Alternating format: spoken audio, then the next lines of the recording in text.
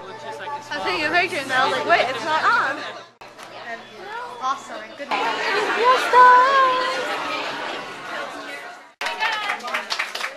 We have never signed an actual book before, let alone an actual book that we have written.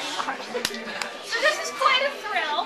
And if you want us to sign any other books that other people have written, we're perfectly happy to sign anything.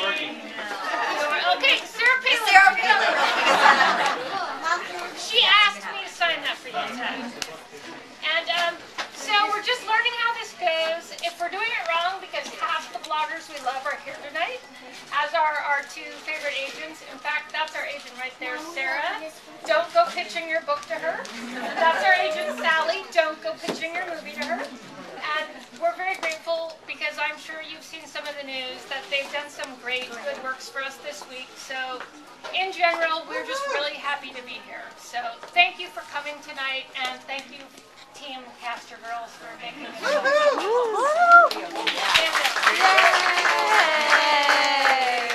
And I have to point out that this is Rafi right here, who's the person who sent off the manuscript in the first place. Yay! Obviously a mistake if I knew what was going to happen. Believe me, never would have.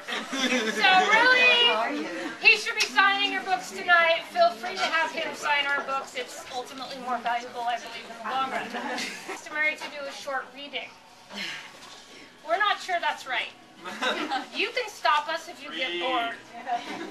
We bore ourselves all the time. In fact, we could recite this to you from memory at this point. But it's only a page, so I think that's okay. And then we can field any questions that you may have. And if you don't have any questions, just flee at that point. Okay, so this is the prologue to the beautiful features. Do you want me to hand it over to you? I'm going to stand here and read because I will project better that way. You don't take pictures of me in my glasses. It's not attractive. Before, Too late. in the middle of nowhere.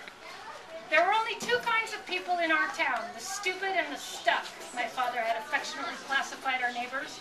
The ones who are bound to stay or too dumb to go. Everyone else finds a way out. There was no question which one he was, but I'd never had the courage to ask why. My father was a writer, and we lived in Gatlin, South Carolina, because the Waits always had, since my great-great-great-great-granddad, Ellis Waite, fought and died on the other side of the Santee River during the Civil War. Only folks down here didn't call it the Civil War. Everyone under the age of 60 called it the war between the states, while everyone over 60 called it the war of northern aggression, as if somehow the North had baited the South into war over a bad bale of cotton. Everyone, that is, except my family. We called it the Civil War. It's very dramatic. Just another reason I couldn't wait to get out of here. Gatlin wasn't like the small towns you saw in the movies, unless it was a movie from about 50 years ago. We were too far from Charleston to have a Starbucks or a McDonald's. All we had was a Dairy King, since the Gentrys were too cheap to buy all new letters when they bought the Dairy King. The library still had a card catalog, the high school still had chalkboards, and our community pool was Lake Moultrie, warm brown water and all. You could see a movie at the Cineplex about the same time it came out on DVD, but you had to hitch a ride over to Somerville by the community college. The shops were on Main, the good houses were on River, and everyone else lived south of Route 9, where the pavement disintegrated into chunky concrete stubble. Terrible for walking, but perfect for throwing at angry possums, the meanest animals alive. You never saw that in the movies.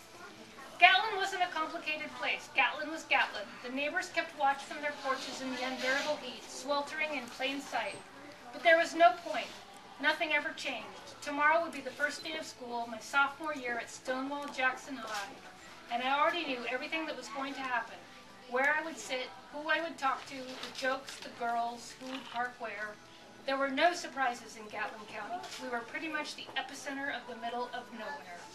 At least that's what I thought when I closed my battered copy of Slaughterhouse-Five, clicked off my iPod, and turned out the light on the last night of summer. Turns out I couldn't have been more wrong.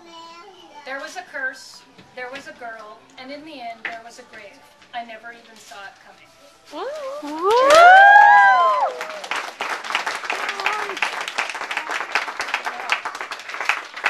So that was the beginning. Hold on.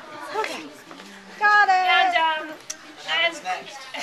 And I I'll be here all night, but I can read the rest.